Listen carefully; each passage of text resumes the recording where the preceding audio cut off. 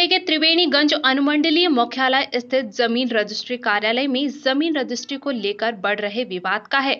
एक तरफ सरकार बढ़ रहे जमीनी विवाद को लेकर लगातार चल रही आपसी रंजिश, जमीन को लेकर हो रही खून खराबे और हत्या के मामले को लेकर सभी थानों में प्रत्येक सप्ताह शनिवार को जनता दरबार लगाती है, जहां थानों में सीओसीआई, थाना अध्यक्ष, कर्मचारी सभी बैठकर लगातार जनता की जमीनी विवाद को खत्म करने के लिए हर संभव प्रयास कर रही है।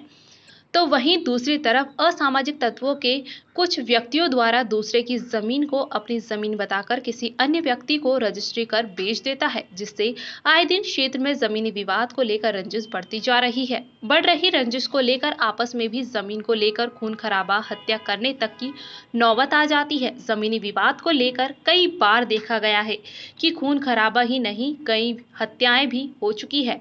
ये जमीनी मामला हरिहर पट्टी पंचायत का है। पीड़िता ने बताया कि हमारी पुश्तैनी जमीन है जिस पर हम लोगों का घर बना हुआ है। हम लोग बाप दादा के जमाने से रहते आ रहे हैं। जमीन की रसीद भी कट रही है, लेकिन कुछ असामाजिक तत्वों के व्यक्तियों द्वारा गलत तरीके से मेरे पूर्वजों की जमीन बेचकर खून खराबा होने की स्थिति उत्पन्न कर दी है।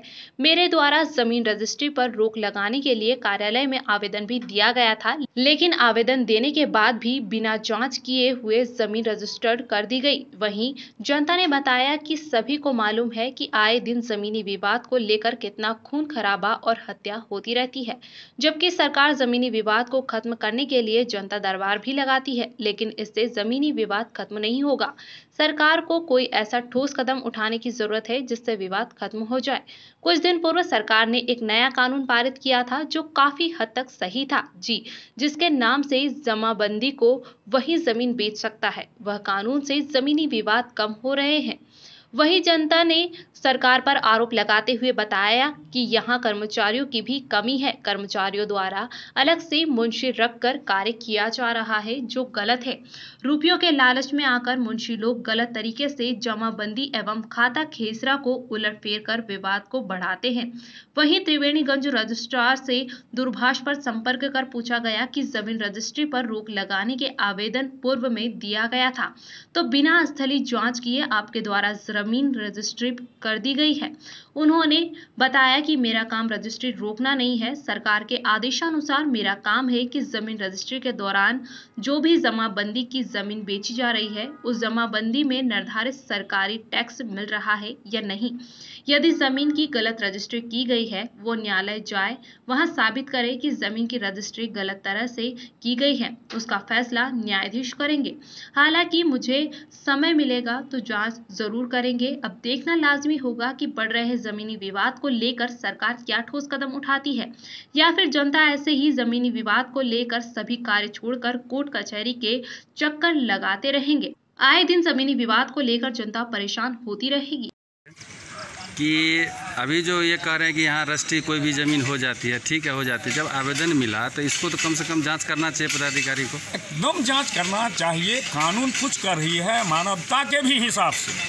आपको अगर रजिस्ट्री होने से पहले आवेदन मिल गया तो रजिस्ट्री भागे नहीं जा रहा, आपका रेवेन्यू आएगा ही, लेकिन मानवता के नाते आपको जाँच करके कि उसमें वो जमाबंदी रैयत जो है बहुजन हजाम, उसको 3 बेटा है, 2 बेटा का औलाद उसी जमीन में रह रहा है, तीसरा कहीं और रह रहा है, और जो कहीं और रह रहा है वो आदमी उस बास की ज़मीन को बेच करके बुझिए वहाँ के सुख और शांति को दोनों परिवार का छीनने के लिए ये ज़मीन लिखने का काम किया है। अभी तो सरकार सर्वे भी निकाली है जो जमीन विवाद कम हो, उस पर क्या कहना चाहेंगे? सरकार जो सर्वे करा रही है, जो सर्वेयर है उसको पूर्ण रूप से ट्रेंड नहीं किया गया है, वो ट्रेनिंग पीरियड में है। सर्वे हो जाएगा तो रिटर्न है। अभी हम देख रहे हैं कि कबाला ले लिया, 5 खेसरा दे दिया और 100 मोटो करके 5 बीघा लिख दिया।